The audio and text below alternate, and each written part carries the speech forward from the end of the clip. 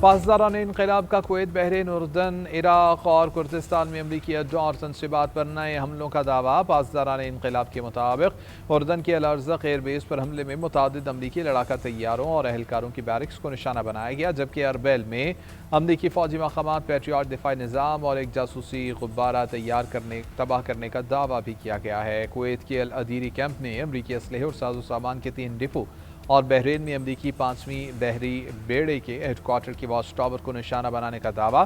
پاسداران نے امریکی فوجی موجودگی والے ممالک کے شہریوں کو امریکی اہلکاروں کے رہائشی اور آپریشنل مقامات سے دور رہنے کی ہدایت کی ہے۔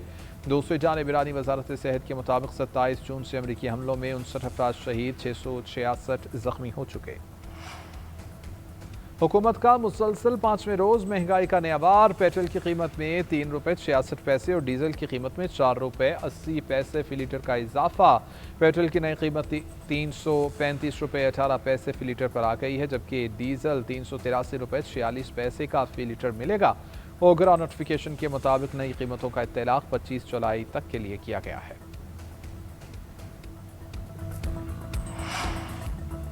بلوچستان میں انسداد دہشت گردی فورس اور پولیس کی پیشہ ورانہ استعداد کار مزید بہتر بنانے کا فیصلہ۔ صوبائی پولیس کو مضبوط کرنے کے فیصلوں پر پیش رفت تیز کرنے پر اتفاق۔ وفاقی وزیر داخلہ محسن نقوی کا کوئٹہ کا دورہ۔ وزیر اعلیٰ بلوچستان میر سرفراز بگٹی سے ملاقات کی۔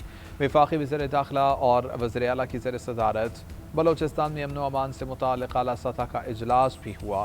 وفاقی وزارت داخلہ کی جانب سے درکار وسائل کی فراہمی میں مکمل تعاون کی یقین دہانی کرائی گئی۔ محسن نقوی نے کہا کہ دہشت گردی کے خلاف جنگ میں جدید ٹیکنالوجی، بہتر انٹیلیجنس اور مضبوط حکمت عملی ناگزیر ہے۔ وزیر اعلیٰ بلوچستان کا کہنا تھا کہ ہم دہشت گردی کے خلاف جنگ میں ہر محاذ پر ایک قدم آگے رہیں گے اور کسی دباؤ میں نہیں آئیں گے۔ ریاست کی رٹ ہر قیمت پر قائم کی جائے گی اور دہشت گردوں کے لیے کوئی جگہ نہیں چھوڑی جائے گی۔ ہم ترقی اور خوشحالی ایک دوسرے سے جڑے ہوئے ہیں۔ بلوچستان میں تمام محاذوں پر بیک وقت پیش رفت یقینی بنائیں گے۔ ملک بھر میں مونسون کا طاقتور سپیل جاری۔ لاہور سمیت پنجاب کے مختلف شہروں میں مسلسل 5ویں روز بھی بارش۔ لاہور میں چھت گرنے سے میاں بیوی اور بیٹی جاں بحق، جبکہ ایک بیٹی زخمی ہوئی۔ اسلام آباد میں بھی بارش کا سلسلہ وقفے سے جاری۔ اوکاڑا میں بارش کے بعد پول سے کرنٹ لگنے سے 7 سالہ بچی جاں بحق ہو گئی۔ گجرانوالہ میں نشیبی علاقے زیر آب آ گئے۔ فیصل آباد، مرید کے ناروال، شیخ پورہ، قصور، جہلم، گجرات، دیپال پور اور ڈسکا میں بھی موسلادھار بارش سے جل تھل ایک۔ ڈیرہ غازی خان میں ندی نالے بفر گئے، لوگ نقل مکانی کرنے پر مجبور ہیں۔ توسا شریف میں سیلابی پانی گھروں میں داخل ہو گیا، کچے مکانات اور دیواریں منہدم۔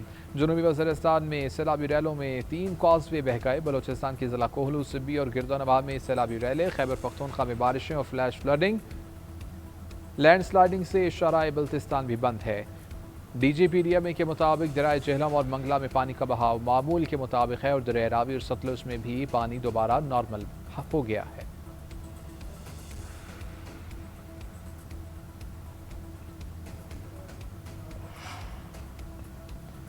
بھارت کے پاکستان پر آبی حملے۔ سلال ڈیم کے سپل ویز کھولنے کے بعد چناب کا پانی منہ زور ہو گیا۔ دریائے چناب میں خانکی کے مقام پر 1,77,000 کیوسیک آمد، اخراج 1,71,000 سے زائد ہے۔ چنیوٹ برج پر بہاؤ 1,70,000 سے زائد ریکارڈ کیا گیا ہے۔ تریمو میں پانی کا اخراج 1,72,000 سے زائد ہے، جبکہ مرالا میں 1,37,000 کیوسیک ریکارڈ کیا گیا۔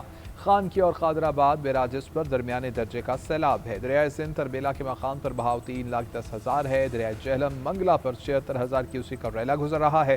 دریائے راوی بلوکی اور ستنائی کے مقام پر نچلے درجے کا سیلاب ہے۔ دریائے ستلج جلال آباد اور جھبر کے مقام پر پانی کی سطح بلند۔ ڈپٹی کمشنر کے مطابق توغیانی سے توانسہ موسیٰ خیل روڈ گنگیالی کے مقام زیر آب آ گئے۔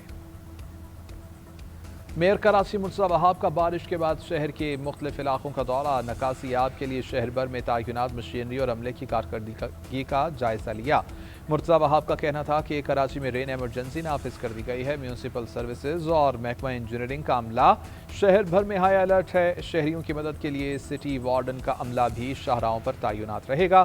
مشکل گھڑی میں شہریوں کے ساتھ ہیں اور ہر قسم کی ہنگامی صورتحال سے نمٹنے کی تیاری مکمل ہے۔ میئر کراچی نے شہر بھر کے مختلف مقامات پر جاری ترقیاتی کاموں کا بھی معائنہ کیا اور کہا کہ جو منصوبے تکمیل کے قریب ہیں انہیں آئندہ بارش کے سپیل سے قبل مکمل کر لیا جائے گا۔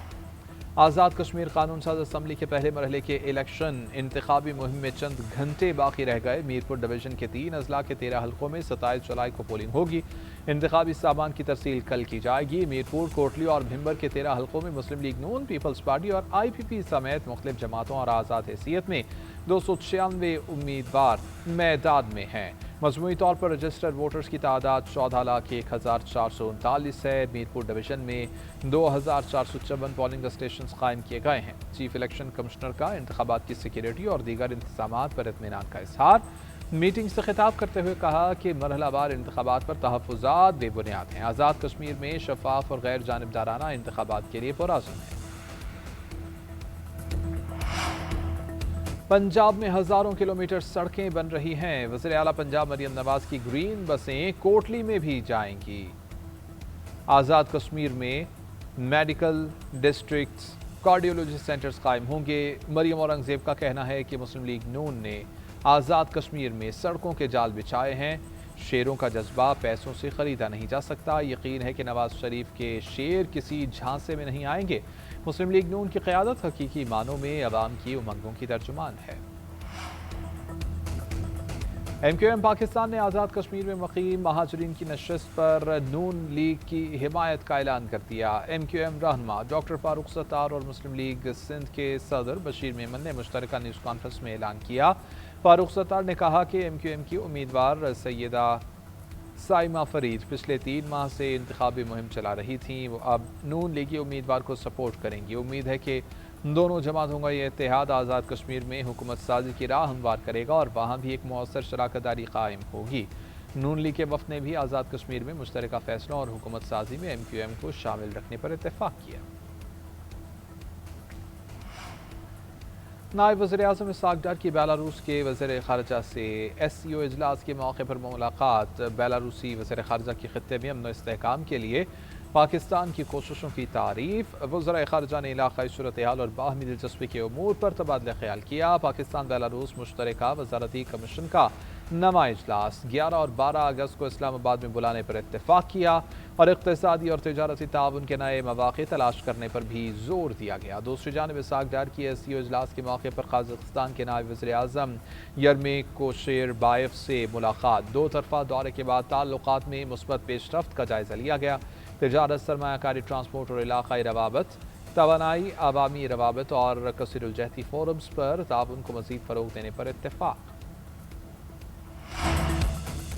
وفاقی وزیر داخلہ محسن نقوی سے برطانوی ہاؤس آف لارڈز کے رکن ضمیر چودھری کی ملاقات۔ لارڈ ضمیر چودھری نے خطے میں امن کے لیے پاکستان کی کاوشوں کو سراہا۔ کہا وزیر اعظم شہباز شریف اور فیلڈ مارشل نے علاقائی استحکام کے لیے قابل تحسین کاوشیں کیں۔ حکومت کی مثبت پالیسیوں سے پاکستان میں سرمایہ کاری کے مواقع بڑھ رہے ہیں۔ محسن نقوی کا کہنا ہے کہ خطے میں پائیدار امن کے لیے پاکستان کی مشترکہ کوششوں کا سلسلہ جاری ہے۔ سرمایہ کاروں کو ہر ممکن سہولیات فراہم کی جائیں گی۔